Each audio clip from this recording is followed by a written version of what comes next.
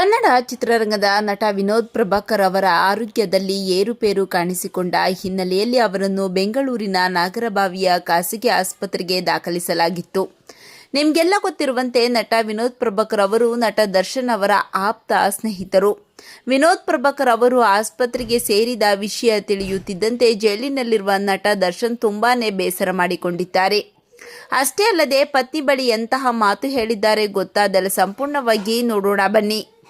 ವಿನೋದ್ ಪ್ರಭಾಕರ್ ಅವರು ಸದ್ಯ ನಾಗರಬಾವಿಯ ಖಾಸಗಿ ಆಸ್ಪತ್ರೆಯ ಕಾರ್ಡಿಯಾ ಕೇರ್ ವಿಭಾಗದಲ್ಲಿ ಚಿಕಿತ್ಸೆ ನೀಡಲಾಗುತ್ತಿದ್ದು, ವಿನೋದ್ ಪ್ರಭಾಕರ್ ಅವರಿಗೆ ವೈದ್ಯರು ಎಂಆರ್ಐ ಸ್ಕ್ಯಾನ್, ರಕ್ತ ಪರೀಕ್ಷೆ ಸೇರಿದಂತೆ ಹಲವು ವೈದ್ಯಕೀಯ ತಪಾಸಣೆಗಳನ್ನು ನಡೆಸಿದ್ದಾರೆ.